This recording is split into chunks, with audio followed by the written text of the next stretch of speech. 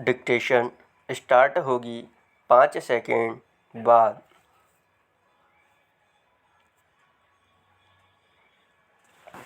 Start.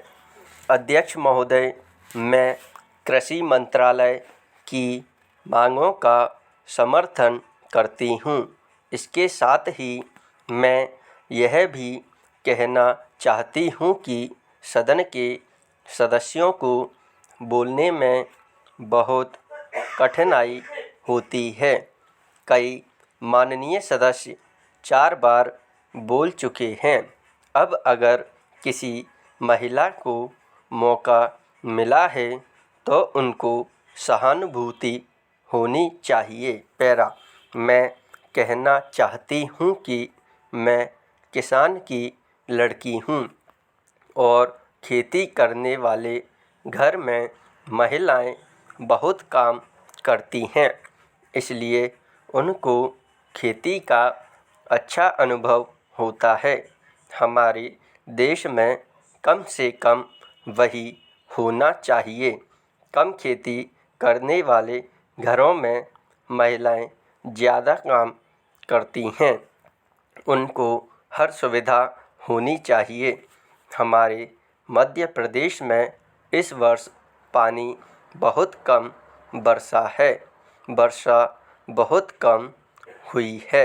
वर्षा कम होने की वजह से फसल बहुत कम हुई है।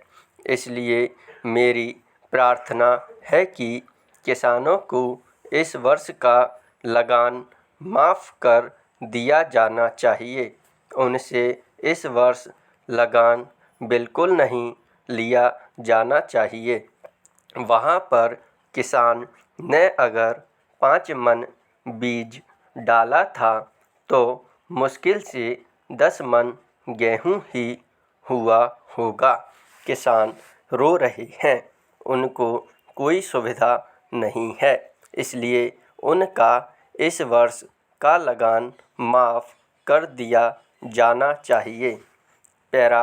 आपको चाहिए कि आप गेहूं की कीमत निर्धारित कर दें। किसान की खलिहान में जब गल्ला आता है और उसको जब वह बाज़ार में ले जाता है तो वहाँ पर व्यापारी लोग उसको कम कीमत में खरीद लेते हैं और खरीद कर अपने घर भर लेते हैं।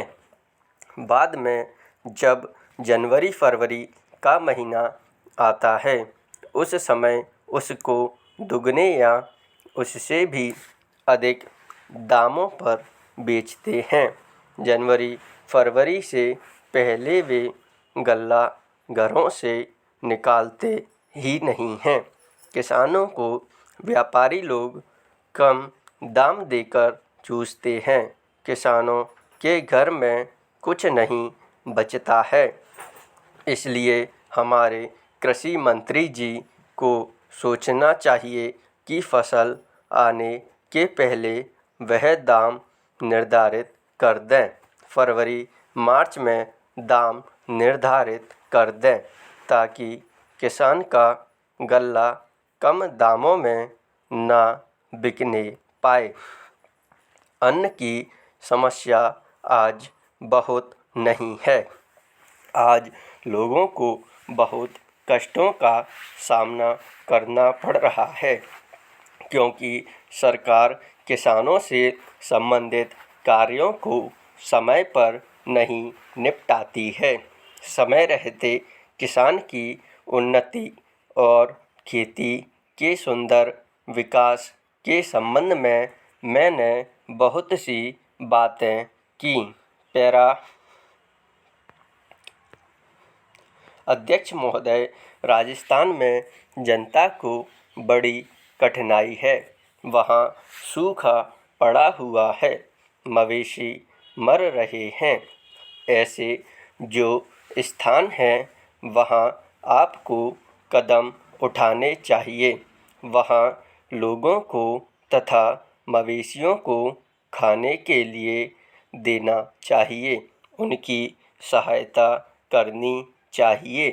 अगर आपने शहरों का ही ध्यान रखा और देहातों की समस्या व किसान की समस्या को हल नहीं किया तो भविष्य में बड़ा संकट पैदा हो सकता है। जब मैं अपने क्षेत्र में कार्य करने के लिए जाती हूँ तो जिन लोगों ने वोट दिया होता है और जिन्होंने नहीं भी दिया होता है वे भी शिकायत करते हैं कि जब वोट का समय आता है तब तो आप कहती हैं कि लगान माफ़ होगा, गल्ला सस्ता होगा, गाय भैंस के लिए घास का प्रबंध होगा, लेकिन हो तो कुछ भी नहीं रहा है। अंग्रेज़ों से जब हमने राज प्राप्त किया था उस समय नारा लगाते थे कि लगान माफ़ होगा, नहरें खोदी जाएंगी, गाय भैंस के लिए घास का इंतज़ाम किया जाएगा, लेकिन कुछ नहीं हुआ। लगान भी दुगना बढ़ गया है। जनता में इन सब बातों को लेकर बड़ा असंतोष है।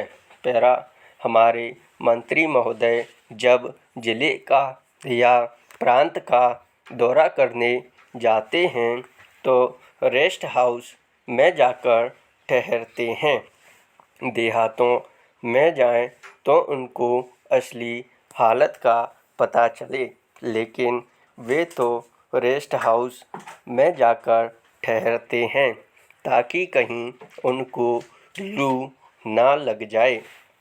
इसलिए मैं निवेदन करती हूँ कि उनको गाँव में जाना चाहिए। वहाँ जाकर उनको किसान की कठिनाई को समझना चाहिए, उनकी कठिनाई को दूर करना चाहिए। किसान इस समय बड़े भयभीत हैं। उनकी तरफ बहुत सा रुपया पड़ा हुआ है, तकावी का, बीज का, लगान का, बैल का इत्यादि। कलेक्टर या तहसीलदार उनको आज बहुत परेशान कर रहे हैं। उसके बैल नीलाम किए जा रहे हैं, ज़मीन नीलाम की जा रही है, उसको कचहरी में ले जाते हैं और पटवारी तहसीलदार किसान को जिस तरह से परेशान करते हैं उसका लेखा मैं नहीं दे सकती हूँ, उसका मैं वर्णन नहीं कर सकती हूँ। आज भ्रष्टाचार का ही बोलबाला है।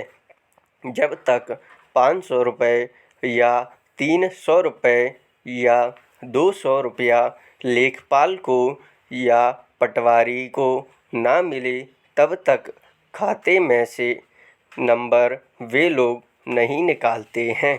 कचहरी में उन्हें परेशान किया जाता है और वे सब जगह परेशान होते हैं। स्टॉप।